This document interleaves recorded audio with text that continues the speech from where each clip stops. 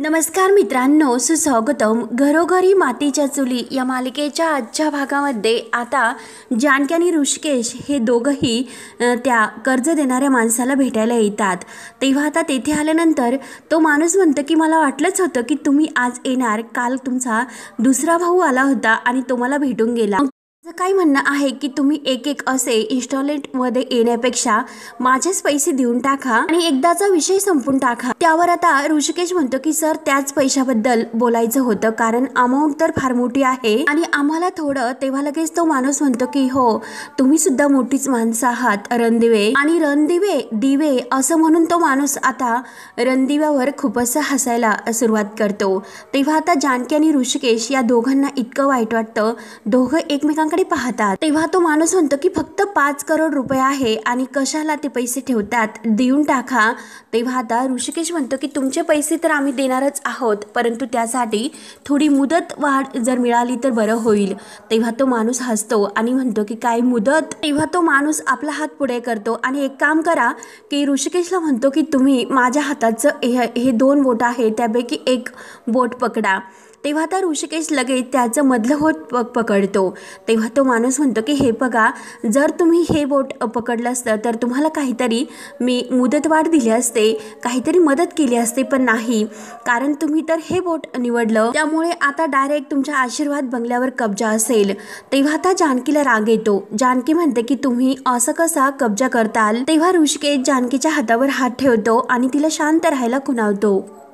तेव्हा जानकी पुन्हा सॉरी बोलते. तर लगेच तो माणूस म्हणतो की फारच इमोशनल दिसतात सगळेजण, काही त्या घराशी अगदी कनेक्टेड आहेत असं वाटतं, पण आपण मात्र इमोशनल नाही, आपण मात्र स्ट्रिक्टली बिझनेसमॅन आहेत. आणि तो आपल्या माणसांना म्हणतो आणि जे काही आशीर्वाद बंगल्याच्या कागदपत्रांची फाईल आहे तर तो त्या माणसांना मागतो. तेव्हा त्यातील जे काही ते सारंगने सह्या करून आशीर्वाद बंगला आणि कंपनी यांच्या म्हणजे जर पैसे दिले नाही तर यांच्या नावावर होऊ शकते असं सर्व काही अगदी लिगली त्यावर लिहून दिलेलं असतं.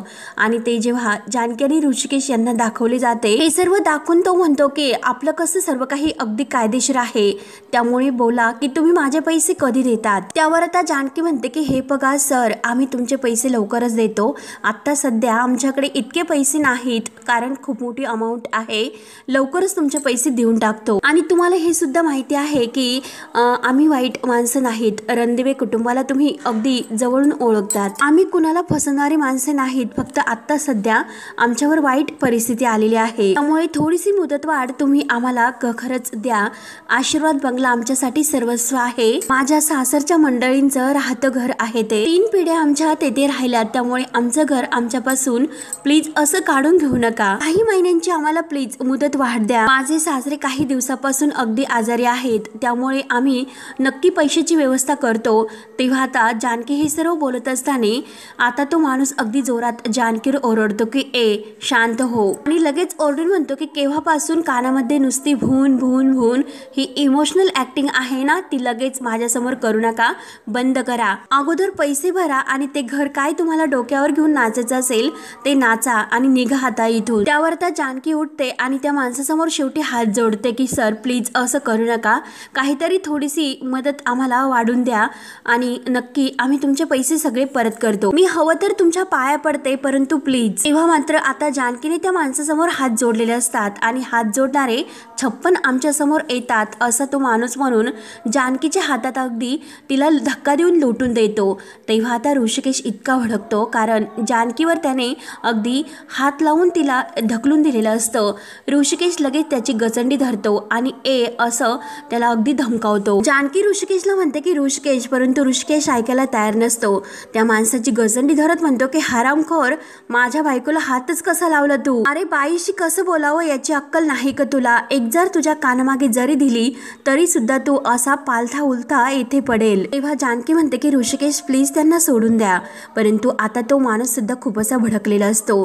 तो ऋषिकेशला धमकावत म्हणतो की माझी कॉलर सोड, नाहीतर मी तुला पोलिसात देईल. तेव्हा आता ऋषिकेश त्याला घाबरायला तयार नसतो आणि जोराने त्याला आपल्या खुर्चीवर ढकलून देतो. ऋषिकेश म्हणतो की हे बघ, अरे जा, तुझ्यासारख्या ह्या भुंकणाऱ्या कुत्र्याला मी नसतो घाबरत. तेव्हा आता तो माणूस इतका भडकतो आणि निघा इथून, आत्ताच्या आत्ता मी तुमचा आशीर्वाद बंगला खाली करेल. तेव्हा जानकी आणि आणि ऋषिकेश लगेच तेथून निघून जातात. त्यानंतर मात्र इकडे सुमित्राला खूप असं टेन्शन येतं. सारखा दरवाजा जरी वाजला तरी माझ्या छातीत अगदी धडधड होते की कोणी पैसे मागायला नाही ना आले आणि कोणी आपल्याला घराच्या बाहेर तर काढायला नाही ना आले, म्हणून सारखी मला आता भीती वाटते.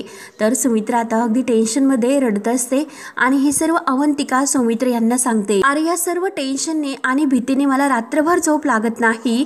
असं वाटतं की नक्की काय हे सगळं काही, कधी हे टेन्शन कमी होईल आणि या संकटातून आपला कसा निभाव लागणार बरं. त्यावर आता अवंतिका म्हणते की आई प्लीज तुम्ही शांत व्हा, अजिबात काळजी करू नका आणि हे बघा या प्रॉब्लेमवर आम्ही अगदी सोल्युशन काढलेलं आहे. लवकरच आपली पैशांची सोय होणार आहे. त्यावर आता लगेच सुमित्रा विचारते की काय पैशांची सोय होणार. तेव्हा आता सौमित्र म्हणतो की हो हे बघ आई, हिच्या बाबांशी ती बोलली, तिचे बाबा आपल्याला मदत करणार आहेत. तेव्हा आता लगेच सुमित्र म्हणते की सौमित्र अरे काय बोलतोस तू, हिच्या बाबांकडून पैसे घेणार म्हणतोस. त्यावर आता अवंतिका म्हणते की नाही, पैसे नाही घेणार आहोत, कारण माझ्या बाबांनी म्हणजे लग्नाच्या अगोदर खूप दिवसापासून माझ्या नावावर एक प्लॉट घेऊन ठेवलेला होता आणि त्यामुळे तो प्लॉट विकून जो काही आमचे पैसे येतील तर ते पैसे आपण आपल्या आशीर्वाद बंगल्याचे जे काही कर्ज घेतलेलं आहे ते कर्ज आपण देऊन टाकूयात. त्यावर आता सुमित्रा म्हणते की नाही अवंतिका, या घरासाठी तू प्लॉट विकू नको. त्यावर आता अवंतिका म्हणते की आई तुम्ही असं का म्हणतात, मी सुद्धा याच घरची सून आहे आणि जर माझ्या घरावर एखादा प्रॉब्लेम आला तर मी माझा पूर्ण प्रयत्न हा प्रॉब्लेम सॉल्व्ह करण्यासाठी करेलच ना. ते माझे पैसे आहेत म्हणून नाही चालणार का तुम्हाला. तेव्हा आता सुमित्रा म्हणते की नाही बाळा, अगं तसं नाही. अगं तो प्लॉट जरी तुझ्या नावावर असला तर त्या प्लॉटसाठी जे पैसे दिले तुझ्या बाबांनी दिलेत, मग तुझ्या बाबांचे पैसे खरंच आम्ही नाही घेऊ शकत. तेव्हा आता अवंतिका म्हणते की प्लीज आई माझं एकदा ऐका आणि सौमित्र तू समजाव आईंना, काहीतरी आपण नक्की करूयात. तेव्हा सौमित्र सुद्धा आईला समजावतो की हे बघ आपल्याकडे पैसे नाहीत आणि आपल्याला आपलं घर वाचवायचं आहे, म्हणून मला असे वाटतं की आपण ते पैसे घेऊयात. तेव्हा आता लगेच सुमित्रा म्हणते की अरे हे बघ प्रश्न हा पैशांचा आहे. बाबांनी खरंच इतकं कष्टाने हे घर उभारलेलं आहे, कधी त्यांनी कुणापुढे हात नाही पसरले आणि आता मात्र या घरावर जे संकट आलं तर ते घर सोडवण्यासाठी आपल्या व्यायांकडून पैसे घ्यायचे तापून ते त्यांना नाही आवडणार. तेव्हा आता सौमित्र म्हणतो की आई पण आपल्याकडे कोणताही पर्याय नाही आणि जर हे पैसे आपण नाही घेतले तर पैसे कुठून येतील. सुमित्रा म्हणते की येतील हे बघ आणि माझा देवीवर खूप असा विश्वास आहे, देवी आई या संकटातून नक्की आपल्याला वाचवेल आणि हे बघ जेव्हा जेव्हा या घरावर संकट आलेत तेव्हा तेव्हा मी देवी आईकडे धावा केला. देवी आईने नक्की आपलं हे सगळं काही घरानं ऐकलं. देवी आई नक्की आपल्याला काहीतरी यातून मदत करेल, त्यामुळे आता सुद्धा तेच करणार आहे. माझा पूर्ण विश्वास आहे की तीच आपल्याला यातून आता मार्ग दाखवेल, तीच आपल्याला संकटातून मार्ग दाखवेल, त्यामुळे आता तिच्या दर्शनाला जाणार आहे. तेव्हा आता सौमित्र म्हणतो की आई कुलदेवतेला इतक्या लांब जाणार आहेस का. सुमित्रा म्हणते की हे बघ अगरे नशीब जेव्हा खरतड असतं ना तेव्हा देवी आईच आपल्याला मार्ग दाखवत असते आणि तेव्हा कष्टांची पर्वा करायची नसते. आणि हे पहा मी आता दर्शनाला जाणार आहे, गावातील बायका आहेत माझ्या सोबत, त्यामुळे माझी काही काळजी करू नका. मी 2 दिवस राहीन, दर्शन घेईन, आईला साकडं घालीन आणि परत येईन. तेथील भक्त निवास आहे ना तेथे मी राहील, त्यामुळे माझी अजिबात काळजी करू नका. त्यामुळे मला लगेच आता जाण्याची तयारीला लागावी लागेल. म्हणून सुमित्रा लगेच तयारी करायला घेते. तिला आता कुलदेवतेचं दर्शन घ्यायला जायचं असतं. त्यानंतर आता ऋषिकेश इकडे अगदी रागाने ताव येत असतो. जानकी त्याला समजवण्याचा खूप प्रयत्न करत त्याच्या मागे धावत येत असते की ऋषिकेश प्लीज ऐकून घ्या, प्लीज शांत व्हा. परंतु ऋषिकेश ऐकायला तयार नसतो. ऋषिकेश रागाने म्हणतो की तो तुला असा कसा बोलला, तो तुला असं नाही बोलू शकत. तेव्हा आता जानकी म्हणते की ऋषिकेश हे बघा तुम्ही जर असे वागलात तर आपले हातचे घर जाईल. तेव्हा आता ऋषिकेश म्हणतो की नाही मला काही आता घेणे नाही, तो माणूस तुझ्याशी असं वागलाच कसा, ते घर तर जाणारच आहे. अगं जे काही कॉन्ट्रॅक्ट आहे ते तू वाचलंस ना. अगं तो बिंडोक सारंग काही भांग पिऊन सही करत होतात का. कॉन्ट्रॅक्टमध्ये जे काही मुद्दे होते ते त्याला वाचता नाही आले का, जे काही अटी होत्या, आणि कसं वाचणार, कशी त्याला अक्कल येणार, कारण जे काही तो करतो त्या सयाजीरावांच्या अकलीने करतो. सयाजीराव जे म्हणतील अगदी सर्व काही त्यांच्याच तो होकाराने करत असतो, बाकी त्याला काही कळत नसतं. त्यामुळे त्याला म्हणा की आता जा, त्या सयाजीरावांसमोर फक्त लोटांगण घेण्याचं बाकी आहे तेवढं करू नये. त्यावर आता जानकी म्हणते की ऋषिकेश हे बघा शांत व्हा. अहो जे काही आहे ते अगदी समजुतीने आणि शांततेने घ्यावे लागेल. जे काही झालेलं आहे ते तर निस्तरावे लागेल, आपण त्यातून काहीतरी असा मार्ग काढू शकतो. त्यावर आता ऋषिकेश भडकावून म्हणतो की जानकी यावरती आता काही एक मार्ग नाही, यातून कोणताही मार्ग नाही काढता येणार हे बघ. त्या मूर्ख सारंगने ही परिस्थिती आपणहून ओढून घेतलेली आहे स्वतः, त्यामुळे काही असा मार्ग निघणे हे कठीण आहे. तुझ्या म्हणण्यानुसार मी येथे आलो होतो, त्याच्याशी बोललो होतो, त्याच्या पुढे आपल्याला मदतीची भीक मागत होतो. भीक मागून पाहिली परंतु आपल्या हातात मात्र काही नाही. बाद झाले आता, त्यामुळे तू काही करू शकत नाही आणि मी सुद्धा काही करू शकत नाही. ते जे घर आहे तर ते त्यांच्या हातातून गेलं असं समज. तेव्हा आता जानकीला वाईट वाटतं. जानकी म्हणते की हे बघा ऋषिकेश, असं बोलू नका. परंतु ऋषिकेश खूपच तापलेला असतो, तो थोडंसं सुद्धा जानकीचं ऐकून घेत नाही. त्यानंतर आता सारंग आणि ऐश्वर्या बाहेर येतात तर सौमित्राने अवंतिका हे तेथे हॉलमध्ये असतात. तर अवंतिका विचारते की अरे सौमी, आई नीट पोहोचल्या ना तिकडे कुलदेवतेला? तेव्हा आता लगेच सौमित्र म्हणतं की हो, मला मेसेज आला होता, आई व्यवस्थित पोहोचली. आणि तेवढ्यात आता समोरून हे दोघे खाली येतात. तेव्हा अवंतिका विचारत असते की अरे मेसेज का आला, फोन का केला नाही? तेव्हा सौमित्र म्हणतो की अगं तिच्या फोनची बॅटरी लो होती, त्यामुळे तिने मेसेज केला होता. बिचारी आपली आई आराम करायचा त्या वेळेत ती तर मुलाने केलेल्या चुका हे निस्तरते. तेव्हा ऐश्वर्या आणि सारंग हे जेव्हा ऐकतात तेव्हा लगेच ऐश्वर्या सारंगला खुणावते. ऐश्वर्या लगेच म्हणते की स्वतःबद्दल बोलतात का काय सौमित्र भाऊजी? म्हणजे आत्ताच तुम्ही म्हटलात की मुलाने केलेल्या चुका या वयात फक्त आईला निस्तराव्या लागतात. त्यावर आता सौमित्र म्हणतो की काय ग, मी काय अशी चूक केली? तेव्हा आता अवंतिका म्हणते की अगं चीटिंग करून स्पर्धेमध्ये हरणारी लुजर, ज्या काही घोड चुका तुम्ही केल्यात ना त्या अगोदर बघा आणि मग मात्र दुसऱ्यांना बोला. कळले ना तुम्हाला? आता शांत राहायचं. त्यावर आता सौमित्र म्हणतो की जाऊन दे अवंतिका, यांच्या नादी लागू नकोस. तेव्हा आता लगेच सारंग पुढे येतो. हो, अरे तू आत्ता बोललास ना की आमच्या नादी लागू नकोस. आमच्या नादी लागूच नका तुम्ही. मला पटकन एवढं सांग की आई कुठे गेली? त्यावर आता सौमित्र म्हणतो की अरे तू आणि तुझ्या या बायकोने जे काही हे घोडचुकीचे दिवे लावून ठेवलेत ना, त्यासाठी नवस बोलायला गेली ती कुलदेवतेला. मी तर म्हणतो की तुला हे सर्व काही जमत नव्हते, मग कशाला तू करायला गेलास? ऑफिस तुला झेपत नव्हते, मग जायचंच नव्हतं. त्यावर आता सारंग म्हणतो की अच्छा, म्हणजे मी जायचं नव्हतं, मग आपला बिझनेस कोणी सांभाळला असता आणि ऑफिसला तू गेला असता का की तुझा सावत्र भाऊ गेला असता? आणि अवंतिकाला म्हणतो की काय ग बहिणी, कोण गेलं असतं? आणि बरं चला, मी माती खाल्ली, माझ्यामुळे लॉस झाला, मला काही जमत नाही असे तुम्हाला वाटते? मी प्रयत्न तरी केले, हातपाय तरी मारले, तुमच्यासारखं कातडी वाचून पळून नाही गेलो. मी अडाणी आहे, मला काही जमत नाही. तुम्ही तर शिकलेले आहात, वकिली आहात, आणि जेव्हा मग बिझनेस बुडत होता तेव्हा मात्र हात द्यायला का आला नाहीत रे? तेव्हा आता अवंतिका आणि सौमित्र या दोघांकडे पाहत असतात. तर ऐश्वर्या लगेच सारंगला म्हणते की हो सारंग, तुम्ही अगदी बरोबर बोलतात आणि मी यांना विचारलं सुद्धा होतं की तुम्ही आमचा लीगल ॲडवायझर म्हणून मदत करताल का? ह्या सौमित्राने अगदी स्पष्ट नाही म्हणून सांगितलं आपल्या तोंडावर. त्यावर आता सारंग लगेच हसतो आणि ऐश्वर्याला म्हणतो की हो ऐश्वर्या, बरोबर आहे, कारण जर हा आपल्याला हो म्हणाला असता तर त्याच्या त्या सावत्र भावाशी गद्दारी होत होती ना, मग कशाला तो आपल्याला हो म्हणेल? त्यावर आता सौमित्राला राग येतो. सौमित्र म्हणतो की हे बघ, अरे सारंग बास्कर, तू तर आहे ना लॉयल हिच्याशी आणि हिच्या वडिलांशी. तेव्हा ऐश्वर्या म्हणते की माझ्या डॅडाला मध्ये घेऊ नका आणि लगेच रागावून धावून जाते. तर सारंग म्हणतो की ऐश्वर्या, हे बघा शांत व्हा, रागावू नका. त्यांचं कसं आहे तुम्हाला माहिती आहे का? बोलायचं जर काही सुचलं नाही, कुणाला दोष द्यावा हे सुचलं नाही तर ते तुम्हाला किंवा तुमच्या डॅडाला दोष देतात, बाकी त्यांना येतं तरी काय? त्यावर आता ऐश्वर्या लगेच म्हणते की सारंग, खरंच तुम्ही या घरात आहात म्हणून तरी मी या घरामध्ये नीट राहू शकते, नाहीतर या लोकांशी बोलता बोलता अगदी वेळ लागलं असतं मला. एक तुम्ही आहात आणि आजी, नाहीतर बाकीच्यांना कुठे काय दिसते? घर सावरण्यासाठी माझी किती आटते मी. तेव्हा आता अवंतिकाला हसायला येतं आणि सौमित्र सुद्धा हसतो. तेव्हा सारंग या दोघांकडे सुद्धा पाहत असतो आणि लगेच दोघांना म्हणतो त्या काही चुकीचं बोलतात का? तेव्हा लगेच आता ऐश्वर्या सारंगला धरते की एक मिनिट सारंग, अहो यांच्याशी कशाला बोलायचं? तुम्ही वाद वाढू नका, तुम्ही जरा बघा बरं पेस्ट कंट्रोलरला कुठे पोहोचला तो. तेव्हा सारंग हो बोलतो. तर लगेच आता अवंतिका विचारते की एक मिनिट, पेस्ट कंट्रोल आणि ते पण आत्ता? सौमित्र म्हणतो की काय गरज आहे, वेडबीड लागलं की काय तुम्हाला? तेव्हा ऐश्वर्या हसते. ऐश्वर्या म्हणते सारंग, ऐकलत ना तुम्ही, घरची इतकी काळजी करणाऱ्यांना इतकं सुद्धा माहिती नाही की घरात किती झुरळ झालीत ती. त्यावर अवंतिका म्हणते की झुरळ झालीत आणि कुठे आहेत दाखव बरं.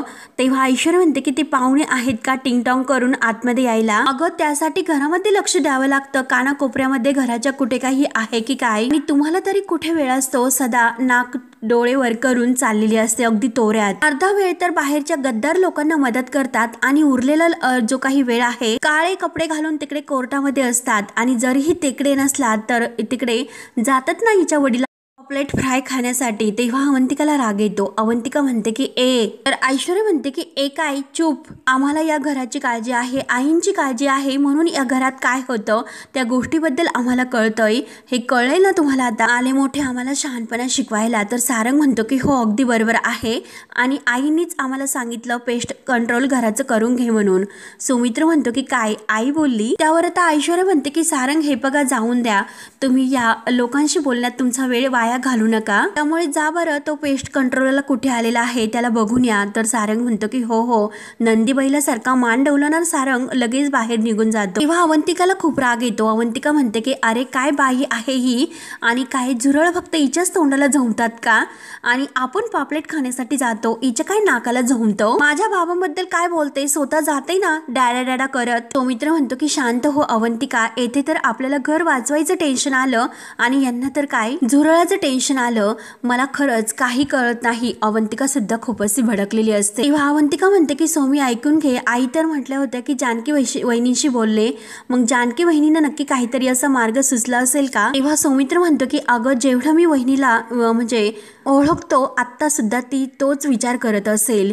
त्यानंतर आता इकडे जानकी जेवायला घेते, ओवी सुद्धा तिला मदत करत असते। त्यावर आता ती फक्त ऋषिकेश आणि ओवी या दोघांना जेवायला वाढते। तर ऋषिकेश म्हणतो की तुझं ताट कुठे आहे, तुला भूक नाही का, तुला जेवायचं नाही का? तर आता जानकी म्हणते की मला भूक नाही। तर ऋषिकेश म्हणतो की का भूक नाही? अगं जानकी मी काय विचारतो? तेव्हा आता जानकी म्हणते की तुम्हाला माहिती आहे ना की मला का भूक नाही? तेव्हा आता जानकी म्हणते की ऋषिकेश आत्ता जसे आपण एकत्र जेवायला बसलोत तसे आपण त्या घरामध्ये सुद्धा अगदी एकत्र जेवायला बसायचो, ते आपलं एकत्र राहणारं घर आता हातचं जाणार आहे, तर कसा माझ्या घशाखाली घास उतरेल, त्यामुळे जाऊन ते तुम्ही जेवण करून घ्या। तर ऋषिकेश म्हणतो की अगं तू तर असं बोलते की मी जसं काहीच प्रयत्न केले नाही, गेलो होतो ना त्या माणसाला भेटण्यासाठी आणि ते चेक सुद्धा ऑलरेडी जमा झाला होता, मग सांग तू मी काय करायचं होतं? मला तर वाटतं हा नियतीचा संकेत आहे आणि या सगळ्यांना आता खूप असा उशीर झाला, त्यामुळे मी सुद्धा आता काही करू शकत नाही। तर जानकी म्हणते की हो करू शकतो, आपण जर ठरवलं तर सगळं काही करू शकतो, काही झालं तरी मी आता माझं घर हातचं नाही जाऊन देणार, त्यासाठी वाटेल ते करावे लागले तरी मी करेल। त्यावर आता ते ऐकून ओवी म्हणते की आई कसं ते घर वाचवणार आहे, आपल्याकडे काही ऑप्शन आहे का? जानकी म्हणते की नाही आता तरी माझ्याकडे काही ऑप्शन नाही, पण मला नक्की खात्री आहे की असं काहीतरी आहे आपल्या जवळ की त्याने माझं घर नक्कीच वाचू शकतं, आणि असं काहीतरी अगदी माझ्या जवळ आहे परंतु ते मला दिसत नाही आणि कळत नाही की नक्की काय आहे ते। तेव्हा आता ऋषिकेश म्हणतो की अगं दिसायचे तेव्हा दिसेल, तू आता जेवण करून घे। तेव्हा आता ओवी म्हणते की आई प्लीज अगं तू सुद्धा थोडंसं खाऊन घे बरं। जानकी म्हणते की नाही मला भूक नाही। तर ओवी म्हणते की थांब मी आता तुला माझ्या स्टाईलने भरवते। जानकीचं लक्ष हे ओवीच्या ताटाकडे जातं। तेव्हा जे काही ओवीने भातामध्ये आणि त्या वरणामध्ये जे आळं केलेलं असतं तर ते गोल जे काही आळं आहे तर ते आळं बघून तिला देवी आईच्या जोगतिनीने सुद्धा त्या कुंकुवात जे काही अगदी त्या कड्याचा ठसा उमटलेला असतो, तेव्हा जानकीला त्या गोल कड्याची कडी आणि कुलपाची आठवण होते। जानकी सारखी त्या डाळ भाताकडे पाहत असते, त्याच्यात ते गोल कड तिला दिसतं। तेव्हा आता ओवी म्हणते की आई हे घ्याय हा घास बाबांचा। तर ऋषिकेश खुशून हसतो आणि जानकीला सुद्धा तिचा एक खूप मोठा असा क्ल्यू मिळतो। तेव्हा जानकी आता ओवीच्या हाताने खाते आणि ओवीला सुद्धा आनंद होतो, ऋषिकेशला सुद्धा आणि जानकीला सुद्धा खूप असा आनंद होतो। तेव्हा आता जानकी म्हणते की सापडलं। तर ऋषिकेश म्हणतो की काय सापडलं? तर जानकी म्हणते की कड सापडलं, आपल्या घराला ज्याने आपण वाचू शकतो त्याचं उत्तर सापडलं। तेव्हा जानकी म्हणते की ऋषिकेश अहो तुमचं कड पार्वती आईने दिलेलं तुमचं कड।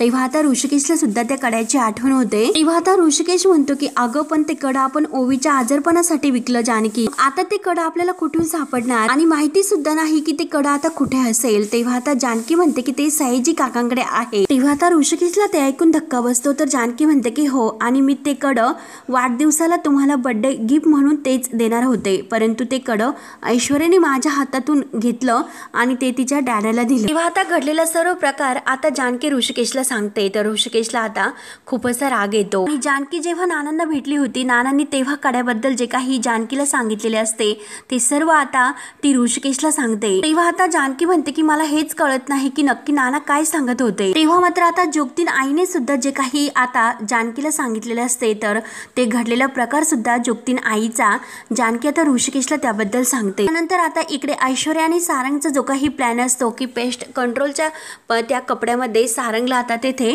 घरात घेऊन यायचं असतं. तेव्हा ते कपडे तिने कुठे ठेवलेले आहे याबद्दल ती आता चोरून सारंगला सर्व काही सांगते. सारंग हळूच म्हणतो की ऐश्वर्या ऐका, पण नक्की तुम्ही कोणत्या झाडाखाली ठेवलेले आहे ते कपडे. तेव्हा ऐश्वर्या रागवते. ऐश्वर्या म्हणते की शोधा ना, डिटेल मी तुम्हाला लगेच तिकडे येऊन दाखवून देऊ का. हो समोरच आहे. तर सारंग लगेच म्हणतो की सॉरी मी बघतो आणि लगेच येतो. सारंग ते कपडे शोधत असतो. त्यानंतर आता इकडे ऋषिकेशला खूप राग येतो. ऋषिकेश म्हणतो की बाकीचं त्या ऐश्वर्याने आपलं सर्व काही हिरावून घेतलं आणि शेवटी माझ्या आईने दिलेलं ते कडं सुद्धा तिनेच बळकावलं. तेव्हा जानकी म्हणते की ऋषिकेश मला माहिती आहे की त्या कड्यामध्ये नक्की काहीतरी असं दडलेलं आहे. माझं मन मला सांगतं आणि नानांनी सुद्धा 2-3 वेळेस त्या कड्याबद्दल मला सांगितले. त्यामुळे मला काय वाटतंय. तर आता ऋषिकेश म्हणतो की जानकी हे बघ, आपण मात्र येथेच थांबूया, आता नको बोलायला. तेव्हा आता ओवी म्हणते की बाबा अहो एकदा तरी आईचं काय म्हणते ते ऐकून घ्या. त्यावर आता ऋषिकेश थोडासा रागाने म्हणतो की हे बघ ओवी, आता मात्र तू तुझ्या आईची वकील होऊ नको. आणि रागाने जेवायला सांगतो. परंतु ओवीला थोडंसं वाईट वाटतं. तिच्या डोळ्यात पाणी येतं आणि आता जानकी सुद्धा रुसून बसते आणि ओवी सुद्धा. तर ऋषिकेश दोघींकडे पाहतो आणि तुमच्या दोघींचं नेमकं काय सुरू आहे असं विचारतो. तेव्हा ऋषिकेश म्हणतो की बरं ठीक आहे, सांग बरं कशावरून त्या कड्यामध्ये काय असेल बरं. त्यावर आता जानकी म्हणते की कारण नाना स्वतः मला त्या कड्याबद्दल सांगत होते. जेव्हा केव्हा मी नानांना भेटले तर सतत त्या कड्याचाच उल्लेख नाना करत होते. ऋषिकेश म्हणतो की जानकी मला एक गोष्ट सांग बरं, ते कडं केव्हा मला मिळालं. तेव्हा नाना आजारी पडण्याच्या अगोदर ते कडं मला मिळाले होते. मग जर त्या कड्यामध्ये काहीतरी असते तर नानांनी मला अगोदर सांगितले असते. पण त्या कड्याबद्दल मला त्यांनी तेव्हा काही सांगितले नाही जेव्हा त्यांना बोलता येत होते. आणि तेव्हा मात्र ते काहीच बोलले नाही. आणि खरंच त्या कड्यात असं काही नाही. तर जानकी म्हणते की आहे, कड्यात कुलूप आणि किल्ली याबद्दल काहीतरी आहे. जेव्हा ते बोलत होते तेव्हाच कुलूप आणि किल्ली याबद्दल नाना सांगत होते. मग ते कडं इतकं महत्वाचं आहे तर त्यातच कुलूप आणि किल्ली याबद्दल काहीतरी असेल असं नानांनी जेव्हा सांगितलेलं आहे ते सर्व आता ऋषिकेशला ती सांगते. त्यावर आता ऋषिकेश म्हणतो की हे बघ, मला आता नानांच्या बोलण्यावर काही विश्वास नाही आणि नक्की काहीतरी जानकी तुझा गैरसमज झाला असेल. जानकी म्हणते की माझा गैरसमज, तुम्ही माझं काही ऐकून घ्यायचं नाही हेच ठरवलं ना. मी तुम्हाला सांगते अहो ऋषिकेश, त्या कड्यामध्ये काहीतरी आहे. नक्की त्या कड्यामध्ये असं काहीतरी आहे. ते कडं आपण परत आणूयात. तेव्हा आता ऋषिकेश म्हणतो की जानकी हे बघ, ते कडं आपण परत कसं आणणार बरं, कसं ते कडं आणणार सांग बरं. जसं आपण त्या कर्ज देणाऱ्या माणसाकडे आज गेलो होतो तसे सयाजीरावांकडे जाऊ का. आणि जर त्या सयाजीरावाने ते कडं नाही दिलं तर मग मी काय करू, भीक मागू का त्यांच्याकडे. नाही जानकी, त्या परक्या लोकांसाठी मी आता सयाजीरावांपुढे नाक नाही रगडणार. मला सुद्धा काहीतरी असा सेल्फ रिस्पेक्ट आहे. त्यामुळे त्या लोकांसाठी आता मी यापुढे काही करू शकत नाही. त्यांना त्यांच्या कर्माची फळं भोगायची आहे तर त्यांना भोगून दे. त्यांच्यासाठी मी काहीच करू शकत नाही. म्हणून ऋषिकेश आता ताटावरून उठतो न जेवता आणि रागाने बाहेर जातो.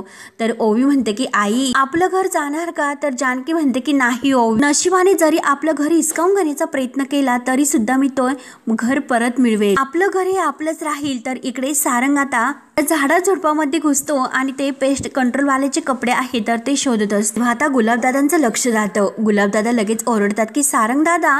तेव्हा सारंग खूप घाबरतो. सारंग म्हणतो की काय गुलाब. तर सारंग म्हणतो की हो इकडे आहे मी. सारंग गुलाबला म्हणतो की तू इथे काय करतोस. तर गुलाबदादा म्हणतात की तोच प्रश्न मला पडला की तुम्ही इथे काय करतात. सारंग म्हणतो की अरे मी कुठे काय करतो, काही नाही. गुलाबदादा म्हणतात की अहो आत्ताच बघितलं की तुम्ही नक्की इथे काहीतरी करत होतात. सारंग मुद्दाम खोटं बोलतो की अरे मी नेटवर्क शोधत होतो, मला एक अर्जंट फोन करायचा होता. तेव्हा आता गुलाबदादा विचारतात की मागे काही आहे का. सारंग नाही म्हणतो. तर गुलाबदादा म्हणतात की नक्की काहीतरी आहे, मला माहिती आहे की काय आहे ते. तेव्हा सारंग घाबरतो आणि काय आहे मागे असं विचारतो. तर गुलाबदादा म्हणतात की अहो ते मात्र्यांचं जे रानटी कुत्रा आहे ना, आवाज न करता टचकन असं मागून येऊन धरतं. थांबा मी पाहतो. तेव्हा आता सारंग म्हणतो की नको. सारंग म्हणतो की मी काही कुत्र्याला घाबरणार नाही, तू नको काळजी करू, जा बरं. तेव्हा गुलाबदादा म्हणतात की हो मी जातो, परंतु तुम्ही जास्त वेळ बाहेर फिरकू नका. सारंग आता रागाने म्हणतो की मला शिकू नकोस आणि तू सुद्धा असं न सांगता इकडे तिकडे फिरू नको, जा बरं आतमध्ये. तेव्हा गुलाबदादा आत जातात. तर सारंग घाबरतो की अरे देवा, आता गुलाबने तर पाहिलं, आता काय करू. आणि तेवढ्यात ऐश्वर्याचा फोन येतो. तर सारंग फोन घेतो आणि ऐश्वर्या अहो एक प्रॉब्लेम प्रॉब्लेम झालेला आहे, कारण त्या गुलाबने मला पाहिलं. तेव्हा आता ऐश्वर्या म्हणते की काय म्हणतात, आणि 1 मिनिट, तुम्हाला गुलाबने त्या पेस्ट कंट्रोलच्या कपड्यामध्ये बघितलं का?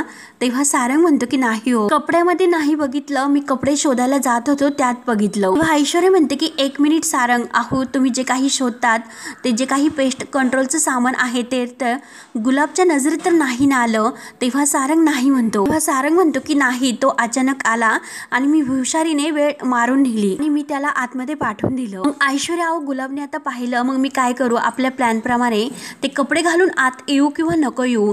तेव्हा आता ऐश्वर्या रागाने म्हणते की अहो यावं तर लागेल, ठरल्याप्रमाणे आपल्याला करावे तर लागेल, पटकन ते कपडे चेंज करा आणि लगेच या. तर सारंग म्हणतो की हो ऐश्वर्या, एक काम करा, मी पटकन ते कपडे चेंज करतो आणि येतो, परंतु दरवाजा मात्र तुम्हीच उघडा, कारण जर घरामध्ये दुसरं कोणी आलं तर मला काय बोलायचं हे नाही कळणार, माझे हातपाय अगदी थरथर कापतील, मला त्यांची खरंच खूप भीती वाटते हो. तेव्हा ऐश्वर्या म्हणते की ते राक्षस आहेत का? या लवकर, वेळ वाया घालू नका, एकतर अगोदर सगळा घोळ करून ठेवलेला आहे. सारंग म्हणतो की बरं बरं येतो. तेव्हा आता सारंग फोन ठेवतो. तर ऐश्वर्या म्हणते की खरंच काय बावळट माणूस आहे हा. तेव्हा आता सारंग ते कपडे शोधायला घेतो. त्यानंतर आता इकडे जानकी आणि सौमित्र या दोघांचा कॉल सुरू असतो. सौमित्र म्हणतो की खरंच आमचे सुद्धा वहिनी प्रयत्न सुरू आहेत, नक्की काय करावं आणि काय नाही सुचत, आणि हे घर कसं वाचवावे तेच कळेना. तेव्हा आता जानकी म्हणते की सौमित्र भाऊजी, जर ते कोढं आपल्याला सुटलं तर कदाचित काहीतरी असा मार्ग मिळू शकतो. सौमित्र विचारतो की कुठलं कोढं? तर जानकी आता सौमित्रला म्हणते की हे बघा, नानांनी आपल्याला जे काही कडं आणि कुलूप याबद्दल सांगितलेले आहे त्याबद्दल, त्यातील कडं म्हणजे ऋषिकेशच्या पार्वती आईने त्यांना दिलेलं ते कडं, नेमकं कुलूप आणि किल्ली काय हे मला नाही कळलं, आणि नाना सतत ज्या कड्याबद्दल मला बोलतात त्यामध्ये काय असं रहस्य दडलेलं आहे आणि नक्की ते काय सांगण्याचा प्रयत्न करतात हेच मात्र नाही कळलेलं, आणि त्या कड्यातच आपल्या घराचं काहीतरी कनेक्शन दडलेलं आहे असं तर जानकी जेव्हा सांगते सौमित्र विचारात पडतो. जानकी म्हणते की एकदा आपल्याला त्या कोढ्याबद्दल कळलं तर आपल्याला घराला सोडवण्याचे मार्ग नक्की आपल्या डोळ्यासमोर येतील. सौमित्र भाऊजी, यात फक्त आपली नानाच मदत करू शकतात, आणि नानांशी परत माझं बोलणं नाही झालं, त्यामुळे प्लीज तुम्ही एकदा नानांशी बोलून घ्या प्लीज. नाना काय सांगतात? सौमित्र भाऊजी प्लीज. तेव्हा सौमित्र लगेच नानांशी बोलायला तयार होतो. तू जे सांगते आपण त्या सल्ले नानांशी बोलूयात. तेव्हा आता जानकी खुश होते, आणि नाना मला काय म्हणतात ते कळवा, मी वाटच पाहते. तेव्हा आता सौमित्र जानकीचे ऐकून फोन ठेवतो आणि लगेच नानांशी बोलायला येतो. तेव्हा मात्र आता लगेच जानकी ही थँक्यू सो मच म्हणून देवाला हात जोडते. त्यानंतर आता गुलाबदादा परत आतमध्ये येतात. तर अवंतिका विचारते की काय हो गुलाबदादा परत आले, काही राहिले का? तर गुलाबदादा म्हणतात की नाही हो वहिनी, कारण आईसाहेबांचा मला कॉल आला होता, मग त्यांनीच मला सांगितले की घरात कुणाला काय हवं आणि काय नको हे सांगितलं, म्हणून मी आतमध्ये आलो. तेव्हा आता अवंतिका म्हणते की आई पण देव दर्शनाला गेल्या, परंतु घरांची काळजी करण्यासाठी काही राहत नाही. तर गुलाबदादा विचारतात की मी काय करू? तर ऐश्वर्या रागाने म्हणते की काहीच करू नको, आणि मला सांग तुझी ड्युटी संपली ना, मग जा बरं, कशाला उगाच थांबला, जा आराम कर. तेव्हा गुलाबदादा जायला निघतात, परंतु अवंतिका पुन्हा गुलाबदादांना थांबवते, आणि अवंतिका ऐश्वर्याला म्हणते की हे बघ, त्यांनी काय करायचं हे तू सांगू नकोस, सगळीकडे नाक खुपसायचं मात्र बंद कर. ऐश्वर्या म्हणते की हो का, मग तू सुद्धा तुझं थोबाड बंद कर, आणि आई आता घरात नाही तर उगाच तुम्हाला सासू म्हणायला भाग पाडू नकोस, असं ऐश्वर्या जेव्हा म्हणते तर अवंतिका म्हणते की काय तू आणि माझी सासू होणार? आणि ऐक ना ऐश्वर्या, अगं तू जर माझी सासू असती ना तर मी तुला आणखीनच सासुरवास केला असता. तर गुलाबदादांना हसायला येतं. तर ऐश्वर्या रागाने म्हणते की काय रे, ह्या फालतू जोकोर हसतोस का तू? आणि रागाने ती गुलाबदादांना जायला सांगते. अवंतिका पुन्हा गुलाबदादांना थांबवते, आणि ऐश्वर्याला अवंतिका विचारते की काय ग सारखं त्यांना तू जायला सांगते, नक्की काहीतरी सुरू आहे ना तुझं? आणि अवंतिका लगेच म्हणते की गुलाबदादा, तुम्हाला आईने इथे थांबायचे सांगितले ना, मग तुम्ही इथेच थांबा, कुठेही जायची तुम्हाला काही गरज नाही, मग कोणी कितीही बोललं तरी अजिबात ऐकायचं नाही, बिनधास्त थांबा. तेव्हा ऐश्वर्या लगेच म्हणते की थांबून दे, मला काहीच प्रॉब्लेम नाही, आईने सांगितलं ना तुला काय हवं काय नको हे बघायचं, मग जा बरं माझ्यासाठी सूप बनवून घेऊन ये. गुलाबदादा विचारतो की कुठलं सूप बनवू? तेव्हा अवंतिका तिची ऍक्टिंग करत म्हणते की दादा इटालियन सूप बनवा. कसं आहे की ऐश्वर्याला खूप असं इटालियन सूप आवडतं. तेव्हा आता ऐश्वर्याला राग येतो. ऐश्वर्या मनात म्हणते की आता एक दिवस ह्या अवंतिकाला म्हणजे ह्या डिनर सीटला गोणीत बांधून मी सोडून येणार, आणि बरं झालं एक आणखीन साक्षीदार मला मिळाला म्हणजे हा गुलाब. त्यानंतर आता जानकी देवघरात येते आणि देवघराच्या त्या बाप्पाला हात जोडते. कड्याचं सत्य काय आहे ते फक्त नानांना माहिती आहे, त्यामुळे आता तूच फक्त काहीतरी असा चमत्कार घडू शकतो, त्यामुळे प्लीज काहीतरी असा चमत्कार घडून दे म्हणून जानकी देवाला हात जोडते, आणि हा भाग येथे संपतो. पुढील भागामध्ये सारंग हा पेस्ट कंट्रोल वाल्याचे कपडे घालून घरात घुसतो। तेव्हा काम झाल्यानंतर मात्र आता ही अवंतिका पाहते, परंतु ऐश्वर्या आता खिडकीतून सारंगला ते कपडे बदलून जायला सांगते आणि गुलाबला भेटा असे सांगते। तर सारंग सांगितल्याप्रमाणे गुलाबला भेट आणि ऐश्वर्या आता ते पेस्ट कंट्रोलचे कपडे घालून बाहेर येते आणि सारंग आणि जे हे गुलाबदादा बेशुद्ध पडतात। तर लगेच आता जानकी ही सौमित्र भाऊजींना फोन करते की काही झालं तरी ते काड्याचं सत्य आपल्याला उलगडायला हवं। नंतर आता ऐश्वर्या ही सौमित्रच्या सुद्धा रूममध्ये येते नानांच्या, आणि तेथे सुद्धा ती आता ते औषधाचा फवारा फिरवते, परंतु सौमित्र आणि अवंतिका नाना ही सर्वजण बेशुद्ध पडतात। तर जानकीला आता फोन सुरू असतो। जानकी म्हणते की हे असे विचित्र पद्धतीने का खोकत होते, नक्की असं काय झालं असेल। सर्वजण आता अगदी बेशुद्ध पडलेले असतात। तेव्हा आता पुढे काय होतं हे पाहण्यासाठी आपल्या चॅनलला नक्की सबस्क्राईब करत राहा। धन्यवाद।